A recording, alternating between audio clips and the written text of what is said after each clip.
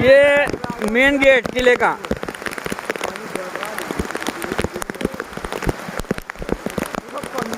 ऊपर वाले गेट तक पानी है।